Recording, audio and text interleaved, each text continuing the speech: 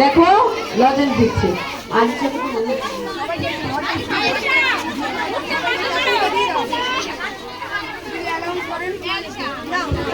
দেখো অপরিচিত একজনের কাছ থেকে লজেন্স নিলে কি হয় দেখো, কি হয় দেখো।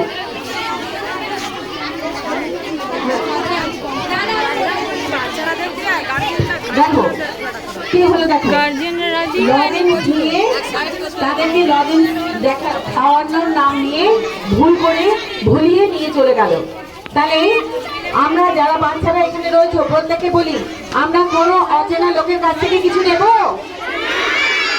অচেনা লোকেদের কাছ থেকে, অপরিচিত লোকেদের কাছ থেকে কোনো খাবার জিনিস বা অনেক সময় বলি তোমার মা ডাকছে চলো, তোমার বাবা বাড়ি থেকে অসুস্থ হয়ে গেছে চলো, কোন রকম কোনো প্রলোভনে আমরা ভুলবো না। যদি কোনো অচেনা ব্যক্তি আমাদের স্কুলের সামনে এসেও চাই বা বলে, তাহলে আমরা কি করবো, আন্টির সাথে কথা বলবো, দেখো আন্টি এই আঙ্কেল আমাদের কিছু একটা দিচ্ছে, মনে থাকবে।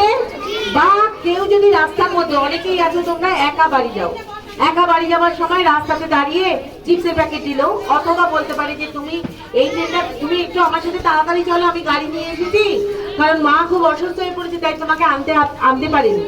এই অপরিচিত এইরকম কথা শুনলেও আমরা কিন্তু যাব না, মনে থাকবে এই কথাটা। তাহলে কারোর কাছ থেকে আমরা অযাচিত ভাবে কোনো জিনিস নেব না, নিলে কিন্তু ছেলে ধরার উপদ্রব চতুর্দিকে। এবং আমরা জানি দক্ষিণ চব্বিশ পরগনা জ্ঞানী সুন্দরবন অঞ্চল থেকে প্রতি বছর শয়ে শয়ে বাচ্চাদের তুলে নিয়ে চলে গিয়ে দুবাই, কলকাতা, দিল্লি বিক্রি করে দেওয়া হচ্ছে এবং কিডনি, রক্ত সমস্ত কিছু বিক্রি করে দেওয়া হচ্ছে।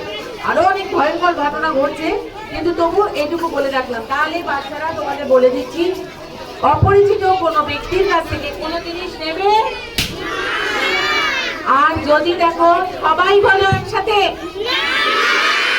কোনো অচেনা লোক তোমাদের সঙ্গে যদি কথা বলতে আসে বা কোনো কিছু বলে, তোমরা বেশি কথা বলবে না, মনে রাখবে। আর কোনো কিছু নেবে না। যদি কখনো দেখো স্কুলেও তোমরা খুব